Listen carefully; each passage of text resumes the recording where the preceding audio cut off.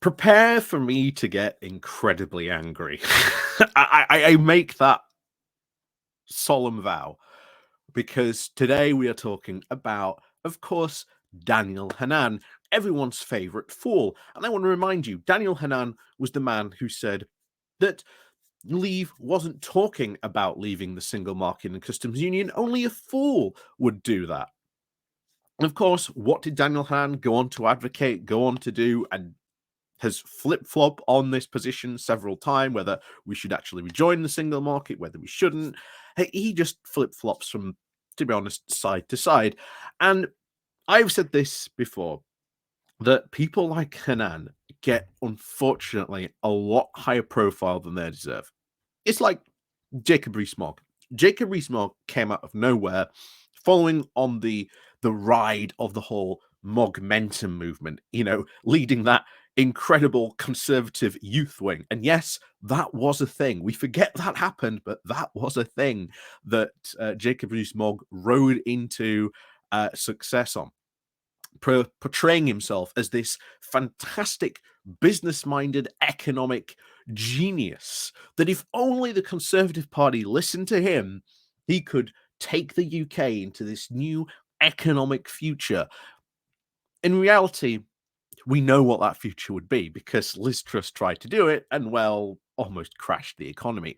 And yet you still have these free market fundamentalists like Daniel Hannan, eminently respected, getting huge praise, still having huge newspaper columns like this, and are taken, unfortunately, very seriously, when in reality, they should be mocked, derided, and absolutely eviscerated at every single opportunity for their completely foolish and stupid statements. And today, that is what we are doing, because Daniel Hannan has written this fantastic, ridiculous piece saying that Britain is now a poor nation and that we should need to face up to this fact. And here's the thing.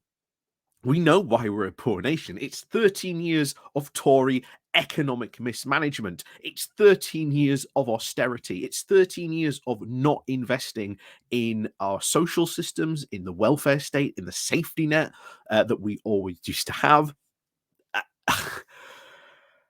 We can go on and on and on about the fact that, look, the Tories have just not invested in the UK, invested in this country, and yet Daniel Hannan, the economic genius, the big brain of Brexit, can't even seem to really acknowledge or even understand the actual facts of why the UK is doing so bad, because it's not just Brexit. Brexit, as we always said, has been an accelerator that has accelerated a lot of these problems. And that is what we've seen about Brexit. That's one thing that was always said during the referendum, that Brexit is not a solution to our problems. It is only going to accelerate them. And it has accelerated them. And it goes way, way back, almost to, well, pretty much the financial crash, but also when the Tories took over and started initiating austerity. But we'll get into that in a moment because, oh boy, oh boy, oh boy, oh boy. Hanan here writes some absolutely ludicrous things and doesn't want to acknowledge the actual facts of what's gone on here. So let's begin then, shall we? So before we do get into this, please do remember to click on the like and share button. Like I say, that all helps support the channel. And of course, down below, if you'd like to support the channel in a different way, there is the Patreon page down below. There is the one-off donation link called Buy Me Coffee, where you can buy me coffee. And oh boy, am I going to need a coffee after this one.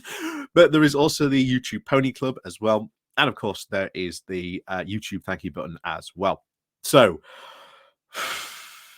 let's get on into this, because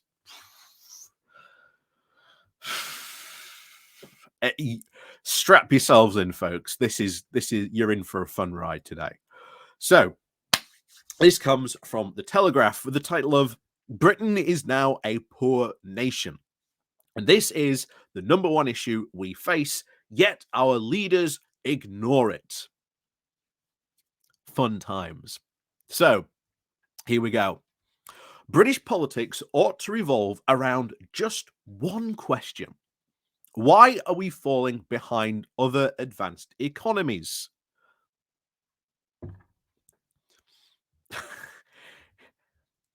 It's not a secret, Dan.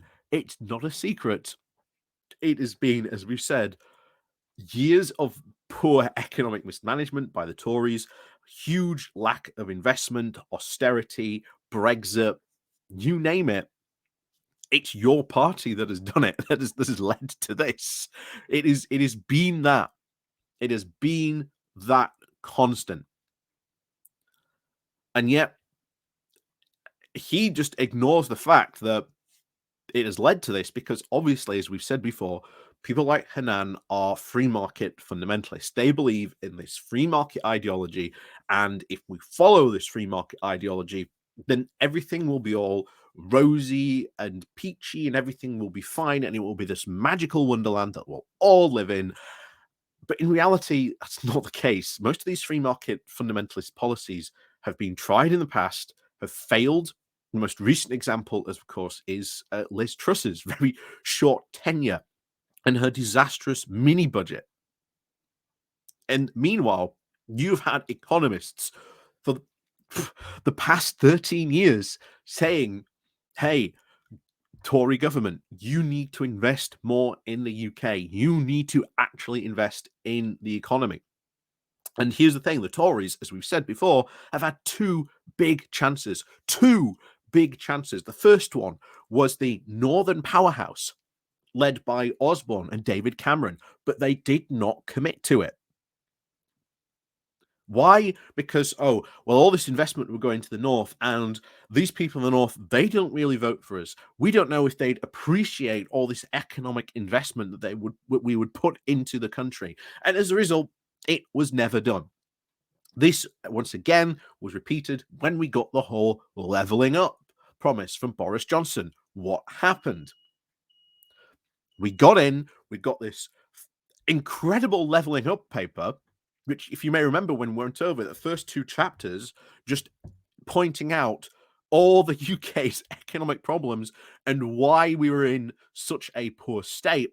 And then you got to the actual numbers, and the first two chapters had explicitly said, we need this amount of cash to be able to do this. And then when you get to the cash part, it's like barely even a drop in what that report said we would need if we wanted to, quote, level up the UK. So it's not a question of, well, the answer to Dan's question is, why are we falling behind other advanced economies? Is because we have had a government over 13 years that has not invested in its own economy. That's the answer to his question. So, question answered, question answered, Dan. That's it. That's it. But there you go. But he continues. So, that question should have dominated the recent by-elections. It should be the focus of every party manifesto. It should occupy our front pages and lead our news bulletins. Yet it is being almost wholly ignored as we quarrel about equality, obesity, trans rights, and other euphoria. So this is bizarrely the thing I actually agree with. This whole culture war stuff, which we saw announced very recently, that Rishi Sunak was going to double down on culture war arguments, which, bear in mind, didn't really play a part in any of these by-election losses for the Tories, has shown that the UK population really isn't interested in these culture war arguments that the Tories really want to advance. And that when you do go in that direction, you do end up ignoring all these economic problems. But the reality is, all these economic problems are caused by Dan's party, caused by the Tories. Why? Because we've said it every single time. The answer that Dan is looking for to his question is that the Tory government has not invested in the UK. Time and time and time again. That's the answer to his question. But for some reason, he either ignores that answer or is just so blinded by his ideology that he can't even accept that as an answer. So, Britain has some of the lowest productivity in the developed world. Yes, that's true. That's been true for years. But unfortunately, no government has ever really addressed the root causes of that, which is once again really investing in that stuff. So, meaning that we generate less stuff per hour. Slovenians, I think they say, yes, Slovenians are now overtaking us, and the Poles are now on course to do so in the mid 2030s. And South Koreans, who had a third of our income per head as recently as 1985, have already surpassed us. Yet we refuse to acknowledge, let alone address the causes of our decline. You know why? Slovenia, Poland, South Korea overtook the UK, Dan, because they invested in their economies. It is not rocket science, Dan. They introduced policies that invested in their economy. That is what they've done. Even their own conservatives invested in their own economy because they could see the benefit for doing this. And yet, shockingly, because, well, since the Tories have started listening to, well, these free market fundamentalists like Dan, they've got onto this whole idea that investing in the UK economy cannot be done by the government and should only be done by private firms and corporations. And as a result, you've seen these private firms and corporations not decide to do that because the Tories then haven't fulfilled any policies that have made private companies want to invest here in the UK. Now, recently, you've seen some companies actually do that. The big one, of course, recently is the Jaguar Land Rover Tata Steel deal to build their battery factory. But that was only done because Rishi Sunak, by the looks of it, and again, we don't know really the full package of these subsidies that was offered. As far as I'm aware, that still hasn't come out. We still don't fully know what was offered to them. But while that again is going to create jobs and invest in this economy, because we might have over subsidized them, which I fear we have. Like I say, we'll see what happens when more details come out. I fear that even though you have this new battery plant, the British public is going to end up paying for it rather than it be a benefit to the area, to the UK. That's what I fear. And we'll see what happens when more details come out about this, but I worry about that. But the really answer, once again, to Dan's question, why are the Slovenians, the Poles, the South Koreans, uh, overtaking us? It's because they have invested in their economy. It is not rocket science. Every economist in the UK has been screaming at the government for years, both from the left and from the right as well, saying, you need to invest in the economy. And you are not doing that.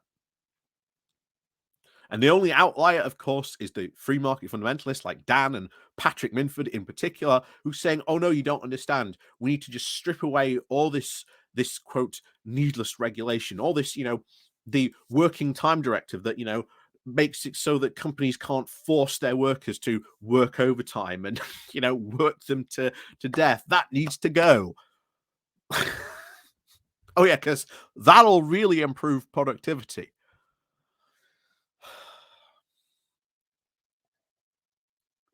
So back to it.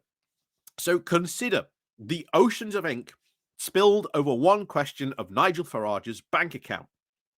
Well, again, this was just not an issue. I actually do agree. This was a complete non-issue, but it's Nigel Farage and especially the right wing who have made this an issue. I've said it before. It's a whole status symbol for Farage. Him not being able to bank at Coutts anymore is a big status loss for him. because he's no longer as wealthy as he once was. So he can't bank there anymore. There's a minimum wealth requirement. He doesn't meet it anymore. He has to have a normal bank account. That's all it was. That's the story. But it is now being drummed up by the right as some sort of free speech issue. And I've already made a video on that, so we don't need to cover this again. So that row dominated our news cycle for a week, and it followed the usual trajectory of culture war skirmish. Commenters stated from whether or not they liked Farage, and then proclaimed their supposed general principles on the basis. And when the facts emerged, Farage critics looked foolish, while the other side piled on with gusto. Yeah, when the facts emerged, Dan, it pretty much said what everyone had really been saying from the beginning, that Farage had lost his the wealth needed to bank at that bank.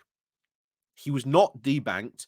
He had been offered another bank at NatWest, and when he said he'd been gone to these other banks, that they'd not allowed him to have an account, Farage has not provided any evidence of those banks refusing him an account.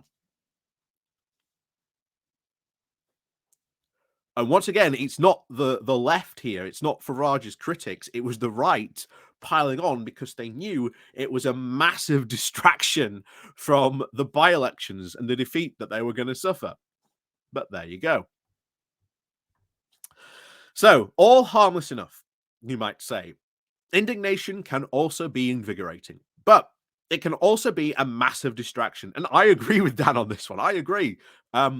The whole Farage bank account thing was a massive distraction from a lot of other stuff that is big problems that the country is facing, all caused by the Tory government. But there you go.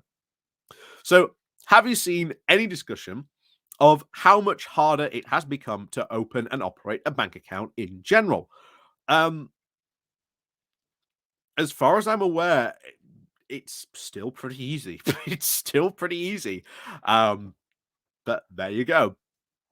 Any debate about whether these difficulties are deterring investment, encouraging businesses to move to places where banking is easier, such as Singapore or the Gulf? You mean where they have lower regulations, the type of regulations Dan and other free market fundamentalists would love to engage in, where they can put all their money into offshore bank accounts and then just watch the money pile up while it doesn't get taxed.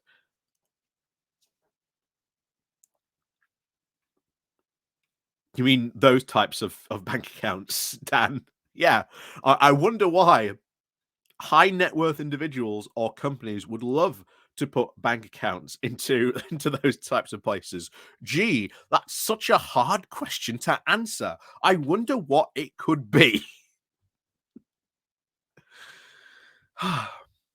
And you can hardly have noticed, and you can hardly have, you can hardly have failed to notice that dealing with your own bank is more of a nuisance than it used to be. I have not noticed that at all. I have not noticed this at all. I have never had any problems banking or dealing with a bank, opening a bank account, or anything like that. I haven't noticed it. So, but I'm sure Dan's probably talking about, shall we say, the more higher net wealth individuals like himself, maybe. So, what's all this, quote, know your customer malarkey? The bureaucracy has ballooned since Brexit. In other words, at precisely the moment when we should be opting out of the needlessly trivial, intrusive bits of the EU's money laundering directive. So, so Dan wants to get rid of anti-money laundering rules, which would make it easier for people to launder their money for the UK. Which, if you know anything about the UK's banking system, has been a big, big problem.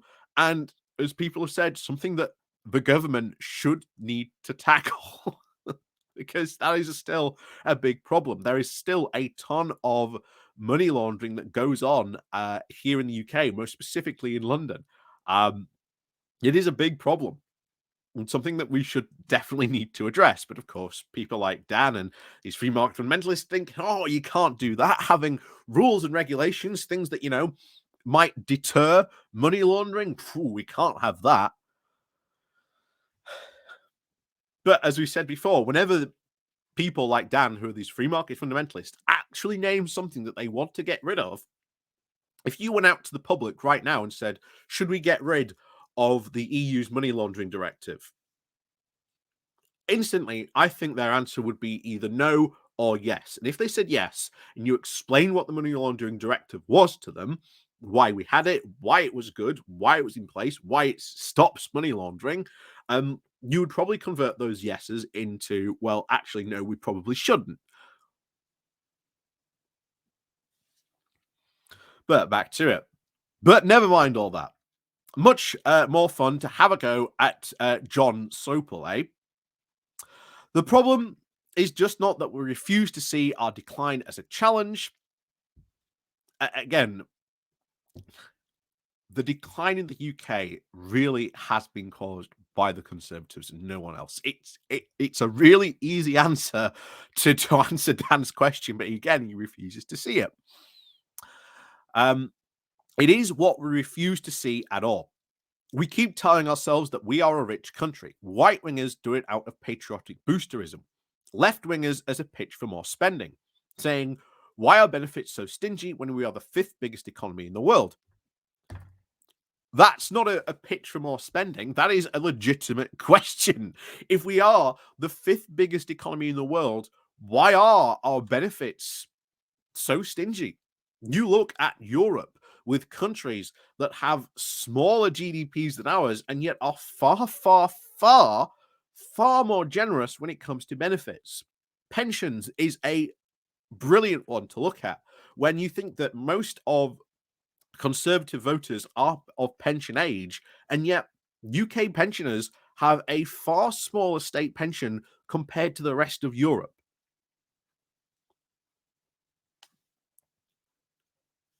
So why are benefits so stingy when we are the fifth biggest economy in the world, Dan? That's a legitimate question. It's not a pitch for more spending. While it is true that in quote global terms, again, I love it. This is the get out clause now. So yeah, in global terms, we're still wealthy, but in reality, we're not. While it is true in global terms, we are still wealthy, it is true too that the EU, which has made similar mistakes to ours, is also on the slide. Again, not true. Again, would you like to maybe explain that more, Dan? Why is the EU on the slide as well? I'm sure he's making comments about, oh, the growth in the EU has slowed down, but the reality is that these people like Dan, who are nothing more than growth fanatics, if your line is not going up, then you are a failure as a business, as a country. The truth is that the EU has reached a point where it cannot just go growth. Instead, it more focuses and more correctly on slow growth, which again is a philosophy that Dan does not subscribe to. But even when these countries which are also in the slide as well, they are still very, very wealthy. They are still have better benefit systems, fighting all the same problems we are, but in far, far, far better ways.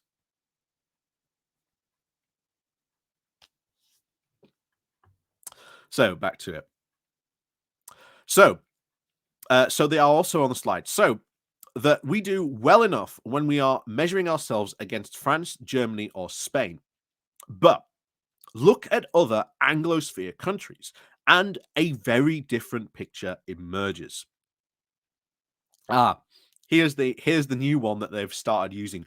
Oh, why are we comparing ourselves to the European countries? We should be comparing ourselves to America. The UK is not America. I think that should be obvious. when we are really more equals to European countries, why are we comparing ourselves to America, which is a far different economy?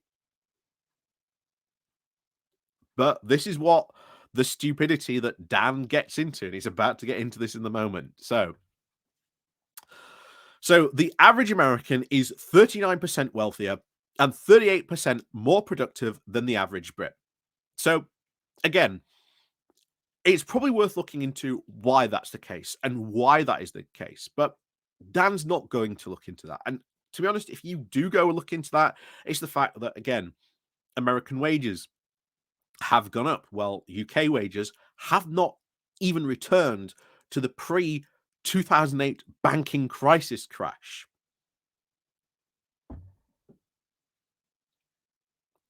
That should shock people that hasn't that is still a thing, that we are still suffering from the 2008 financial crash. America has moved on from that. Its wages have gone up.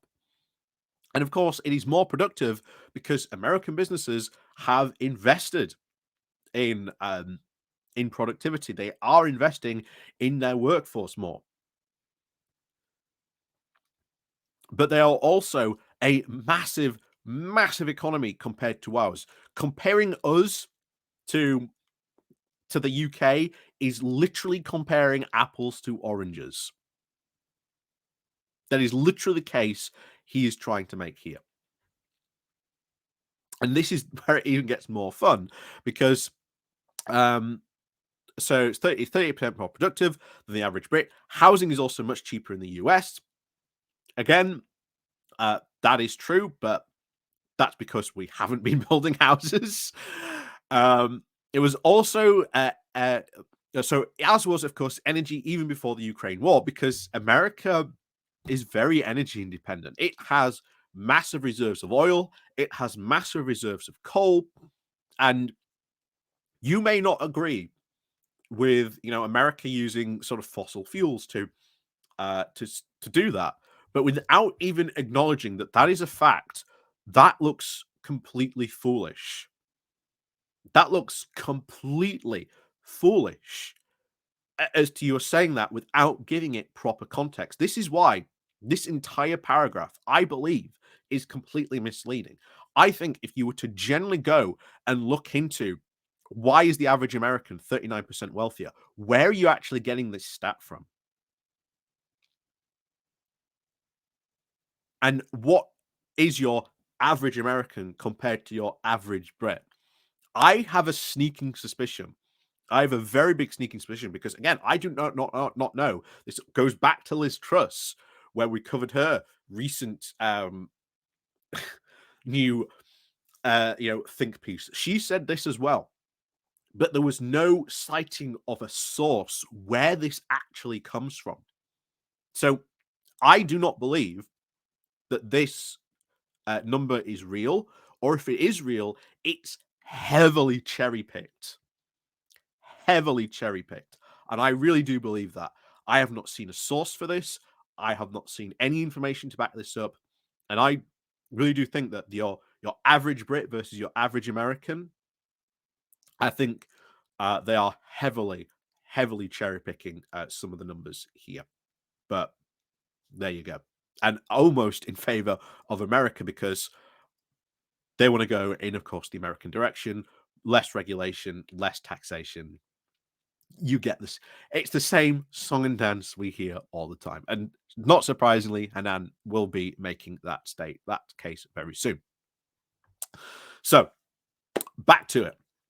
So if Britain were a US state, it will languish at the bottom of the league. When my friend Douglas, because Douglas Carswell, a fantastic, exemplary person to quote here. When my friend Douglas Carswell, the former Conservative and UKIP MP, emigrated in despair at our lockdown, he chose Mississippi, where he now runs a think tank.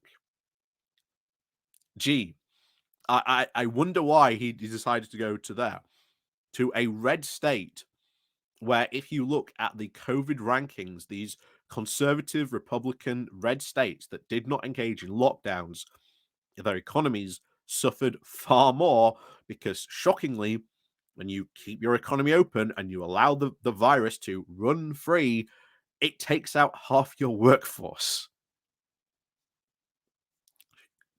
Shocking, that really, isn't it? But back to it. So he picked that state because it ranked 50th out of 50th. And he believed that if school choice and tax cuts could be made to work in Mississippi, they would work anywhere. What he found, to his surprise, was a higher standard of living than he left behind. I do not believe that is the case at all. Look at Kansas. Kansas is something that conservatives, both here and in America, refuse to admit to. So what happened in Kansas was the Republicans took office and they went on this massive low tax cut, low regulation choice. It failed. It failed so spectacularly that they had to reverse all those tax cuts. Now, I could not tell you what's going on in Mississippi. I'm not an expert in, shall we say, the individual workings of America, but I can guarantee you that there will be someone out there who might see this video who will be able to tell you what is really going on in Mississippi, and that really this rosy picture that is painted by Douglas Carswell is not really as rosy as he paints. So he said, a teacher or a registered nurse starts here on maybe £41,000, he tells me. In Britain, outside of London, a teacher gets around 30,000 and a nurse around 25. And again, I think highly, highly suspicious. Douglas Carswell is not really someone who should be trusted. I am highly skeptical of the numbers he is putting out. I do not think those are true. But he continues. The superintendent of a typical school district in Mississippi takes home £130,000 a year, similar to a cabinet minister, says Carswell. I know landscape gardeners who make more than hedge fund managers I knew in West London. And again, this is a quote from Douglas Carswell. I am highly, highly skeptical of him saying that. I do not believe that really to be the case in Mississippi. And if it is the case, I think these numbers are heavily, heavily skewed in one direction. Some heavily cherry picking going on here. So back to it. So all this, remember, in the poorest state in the union. So hold on a second. If all these people are making all this money, with landscape gardeners making more than hedge fund managers in London, why is it then the poorest state in the union?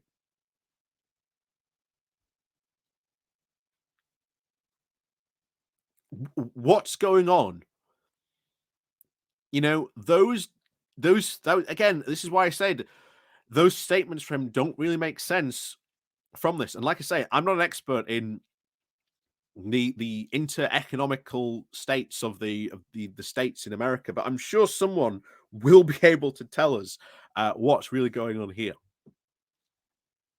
So all this, remember, in the poorest state in the union, a state whose median income is less than 2/3 of the American average. As the economist Sam Brown puts it, Americans could stop working each year on September the 22nd and still be richer than Britain's working for the whole year. Again, that is because it's down to productivity. It is down to productivity. It is down to the fact that, again, we have still not recovered from our wage decrease that happened in 2008. We are still suffering from the banking crisis.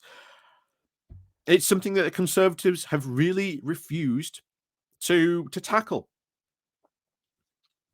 And why? Because they don't want to tackle it. So we don't have to look far to find the causes of our relative poverty. So since March of 2009, the Bank of England has increased the amount of money in circulation by about 50%.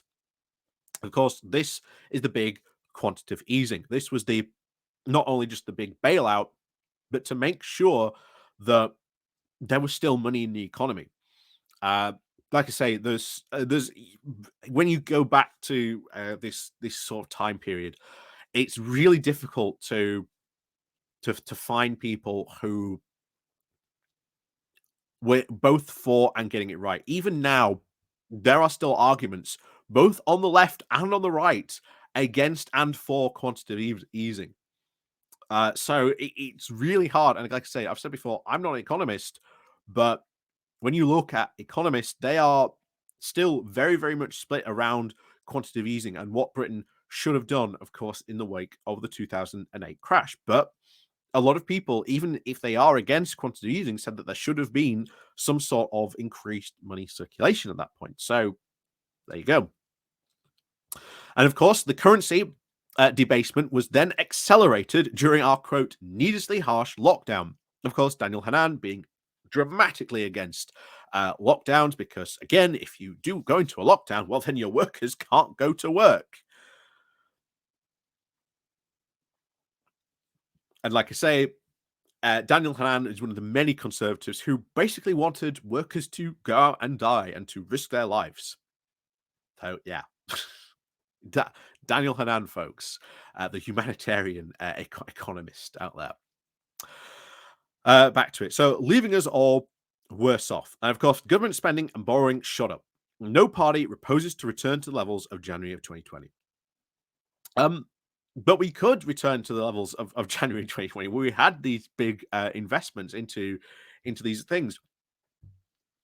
If anything, lockdown showed and the furlough scheme showed that universal basic income would work. And it's not just that section of the pandemic. We have had study after study after study done of real life tests of universal basic income. There are 2 tests right now going on in the UK about universal basic income. And they're probably going to have incredibly good results because we've seen what the other results have had. Universal basic income is good. It is, I think, going to be the next big fight for governments to really look at and to sort of implement.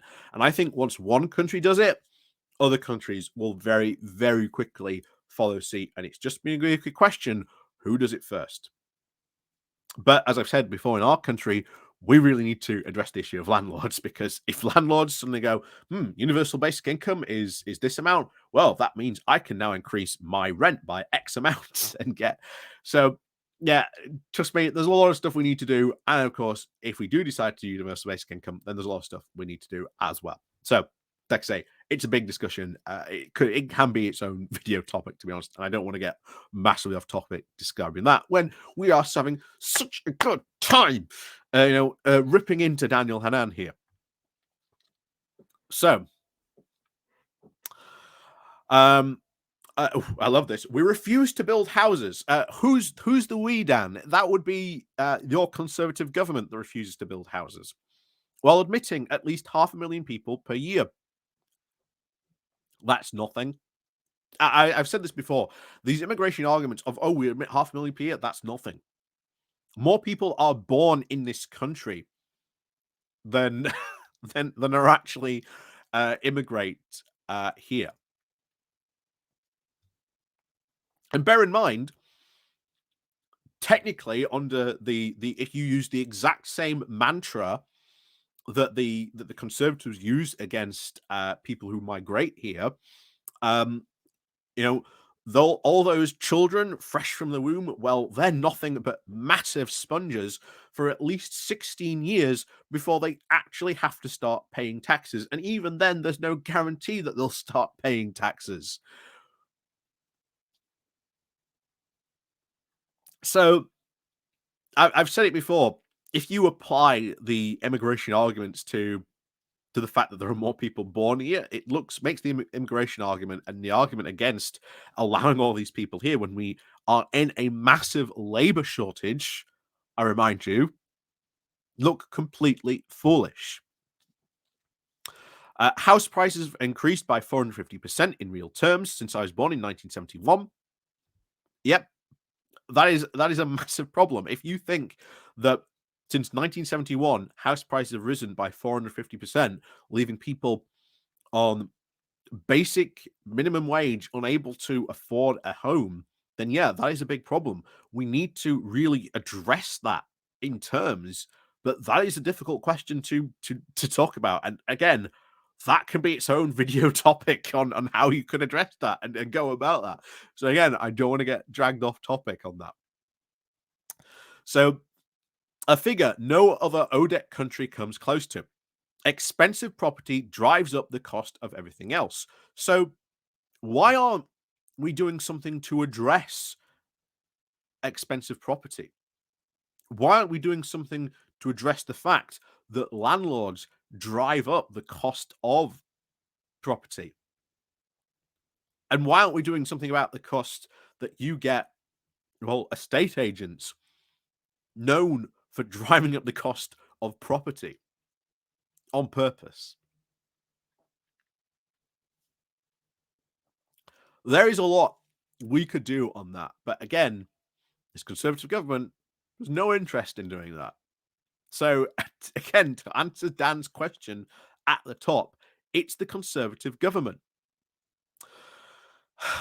But anyway, meanwhile, the proportion of day-to-day government spending dedicated to the NHS has risen from 27% in 2020 to 44%, and will, as Sajid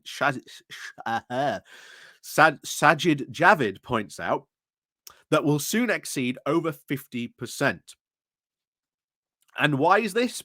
This is because the government has not invested in the NHS. It's pure and simple because of that. Even if you look at day-to-day spending,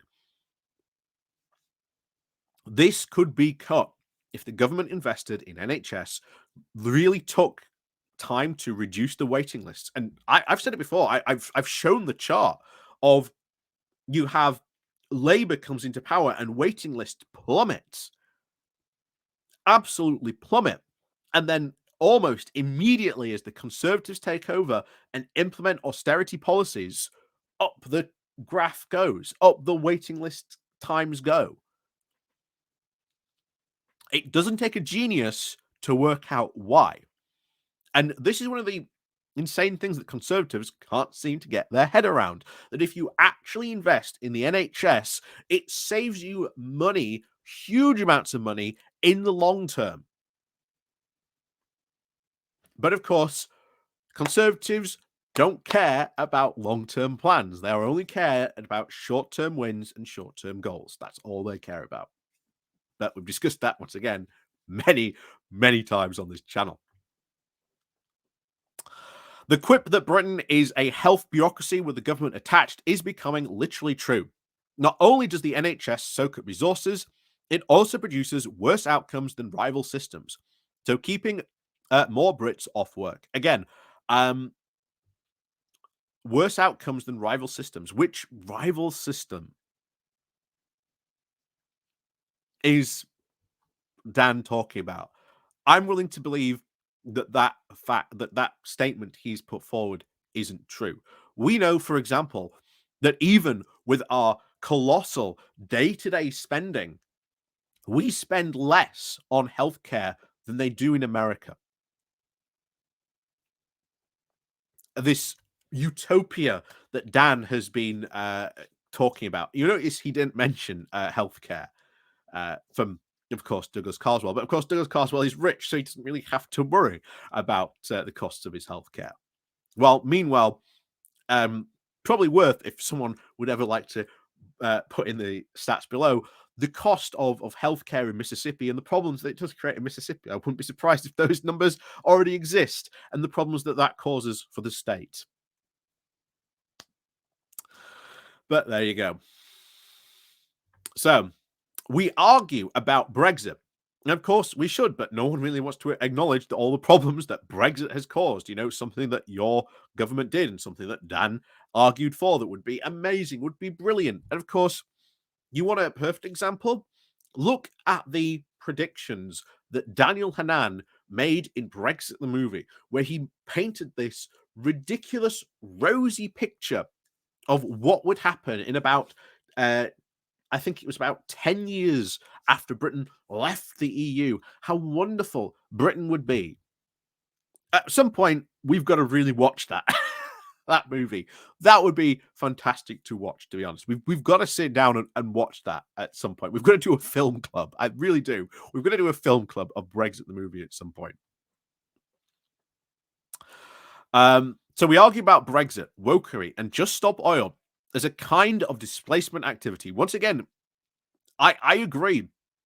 Arguing about wokery doesn't really address the core problems that conservatives like to complain about, or if not, it's a really overblown problem, or they're trying to make a mountain out of a molehill. And it really isn't an issue. Just stop oil. I agree with their message. The tactics, to be honest, is a different debate and conversation. But I agree with their message. But there you go. So we would rather not recognize, let alone remedy our long-term problems. You mean like Brexit? You mean like the fact that we've had years of economic mismanagement? And here we go. This is where he starts to praise Liz Truss. The only serious attempt to prioritize growth came from Liz Truss, and it prompted outrage from civil servants, commentators, and MPs, including many Tories. What about economists? What about bankers? What about people who were involved in the economy? You notice he doesn't mention the outrage people from them, because that might damage his whole plot. Because remember, Liz Truss's mini budget went and crashed the economy because she was going to go for these unfunded tax cuts, which would have caused massive borrowing black hole in the UK budget, which would have blown up massively. This caused the UK gilts market to completely plummet. This almost destroyed the UK pensions industry, and yet, as I've said time and time again, this ideology that Liz Truss follows, that she wanted to do, still very popular in the Tory party. They are still there in the Tory party. Those crazy ideas that Liz Truss promoted and wanted, still there. And there's every opportunity, as I've said before, Liz Truss might make, or at least might try and make a comeback. Or someone like her might try with a very similar ideas to make a play for leadership. And heaven help us if we got someone like her, or should we say someone of a similar stripe, into government, because that was a mini budget. Imagine if that had actually been a budget, a proper full budgetary statement. Just imagine the types of problems we would be in now if that had been the case. It doesn't even bear thinking about.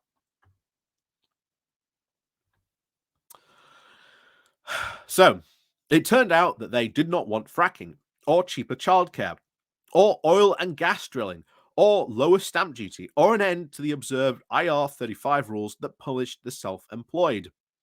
And here's the thing. Fracking, okay, you want cheaper energy. Well, why not go into green alternatives? That's something you could do.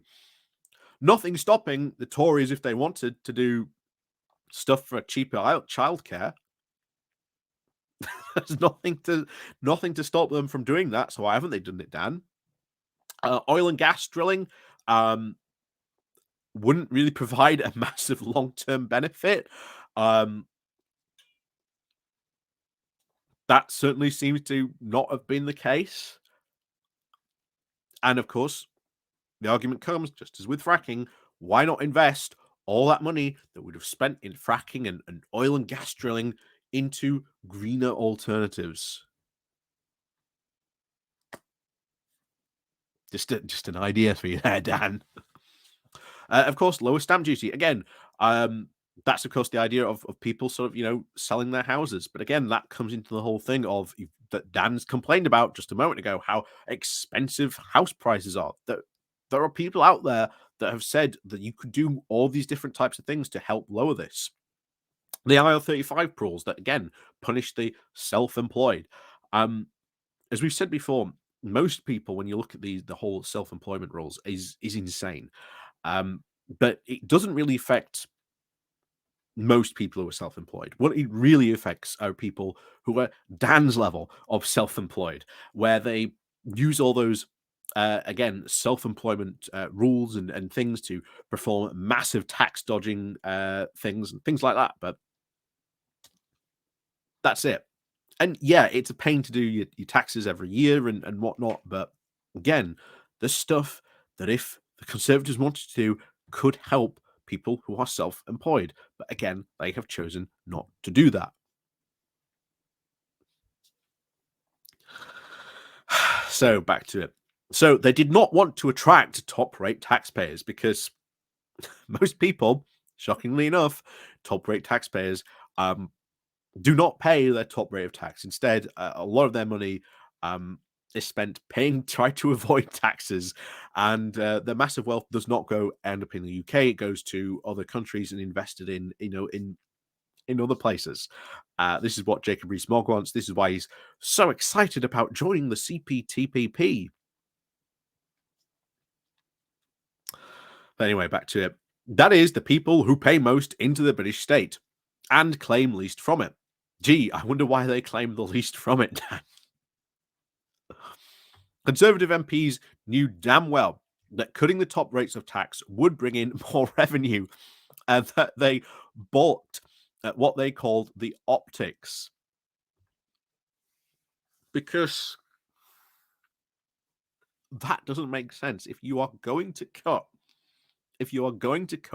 the top rate of tax, that means you are bringing in less money into the state, meaning that the problem that Liz Truss had and why so many people and what started her calamitous, very short reign in office was because if you are cutting the top rate of tax, you are saying you are going to borrow more. Liz Truss did not say how she was going to fund these tax rates. This would not bring in more revenue, as Dan claimed. This is the usual free market fundamentalist thinking we see all the time, claiming if you do this, it will bring in more revenue. But how? Oh, well, rich people will be able to move here. And then do what? Shockingly enough, rich people do not contribute as much to the economy as they claim, and at least certainly as Dan here claims. But there you go. Jesus.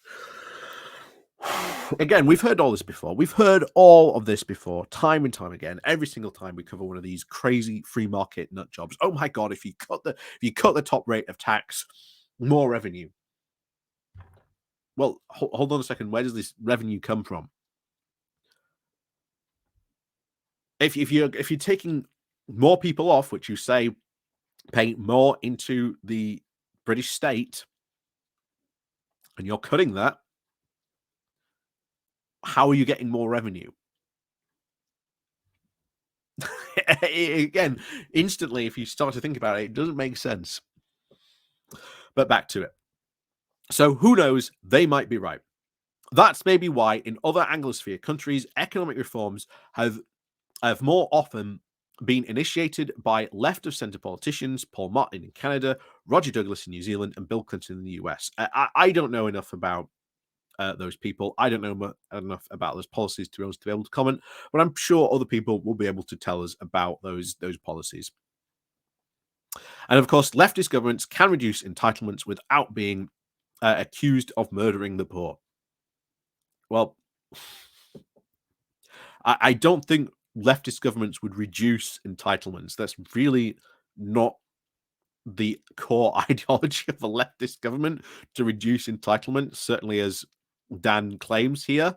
But I think he's making the case of, oh, you don't understand leftist governments. They can reduce entitlements. They don't get accused of murdering the poor like we do. Just that argument alone should point to you the types of lunatic things that Dan really believes. That he thinks that doing all that stuff, which would have consequential actions on the worst off in this country. Oh, but if the left do it, well, it's fine. No one cares if the left do it.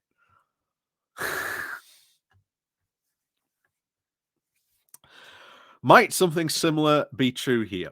In theory, Sir Keir Starmer could get away with things that no Tory would touch. He could bring the NHS into line with other European healthcare systems where public and private providers coexist.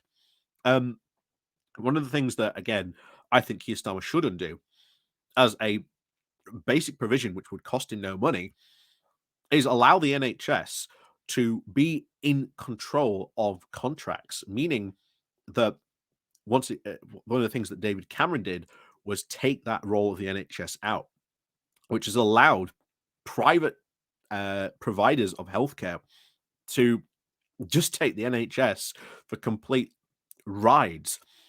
And so much, because a private company would come in and say, well, actually, it costs this much. And then when they're in the contract, if the private company is no longer providing or says it can't provide that for its original cost, the NHS used to be able to punish them for doing that, for breach of contract, saying you used to say it was this, but now you're saying it's actually going to be worth this. After Cameron did his reforms on this, on the NHS, private companies were able to go, well, we said it was this much, but now it's actually going to cost this much. And the NHS could say nothing or do nothing about it.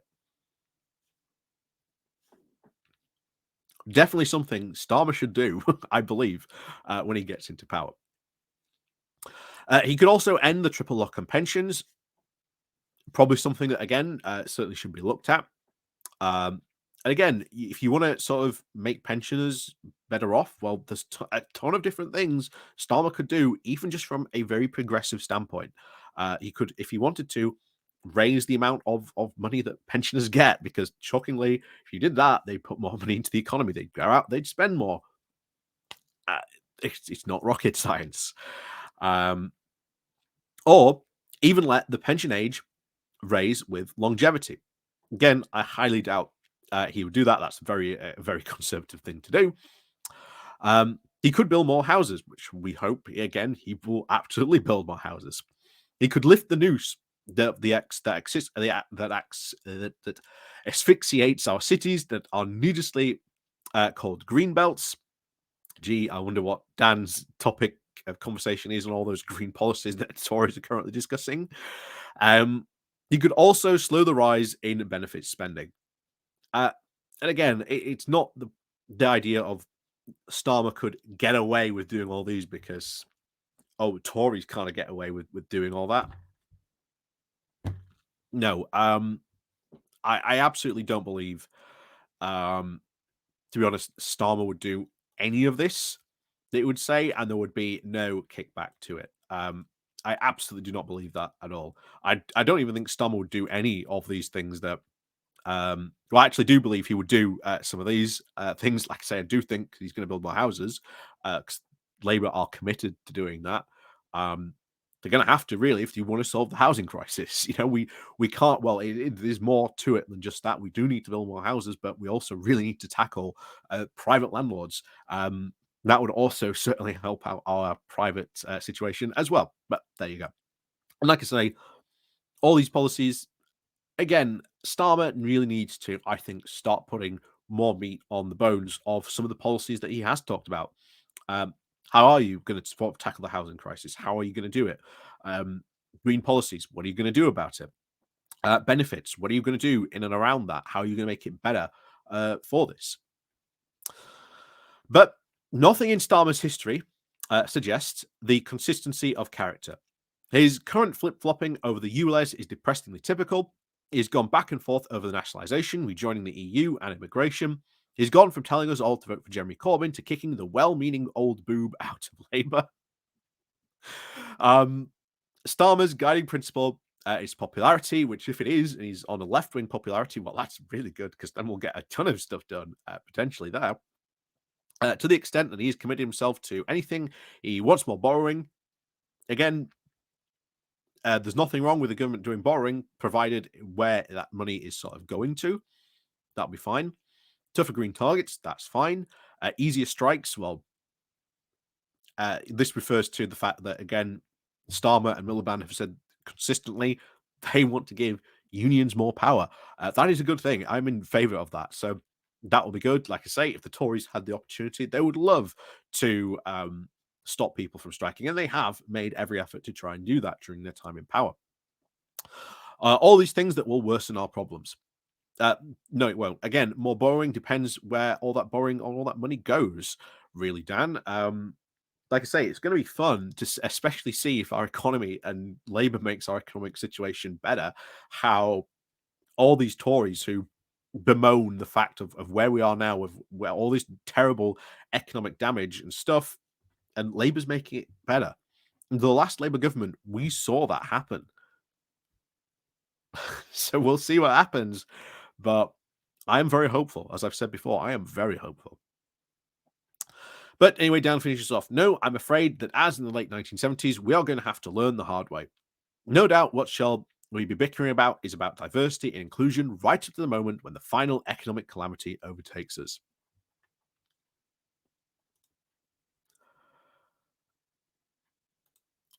And I've been going for an hour on this. I can't believe I've been going for an hour on this. It doesn't feel like it. Doesn't feel like it, but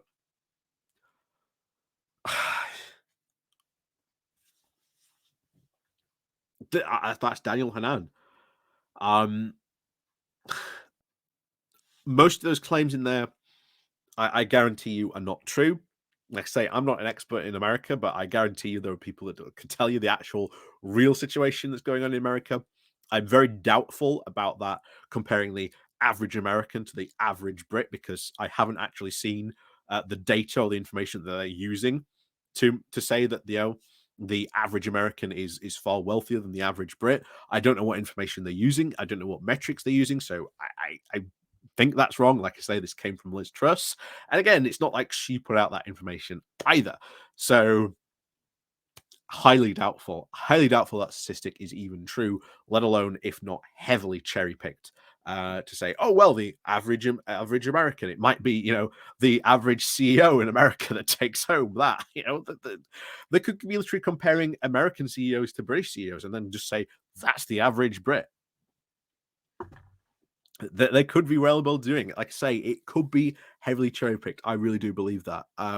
There is a lot of stuff here said in this article I highly disagree with, and of course, Dan opens his entire argument in this article with one simple question, and to be honest, it's easy. So, this one simple question he asked at the beginning: why are we falling behind other advanced economies? The answer is simple: we have not been investing in our economy. And we have not had a government that has taken the UK economy seriously. Instead, they have played it and said that, oh, the only really way to let the economy thrive is just let private companies do what they want. Meanwhile, you've had all those private companies yelling at the government, please invest in economies, please invest in our business, in our industries, in our stuff. Have an actual economic industrial policy for the UK.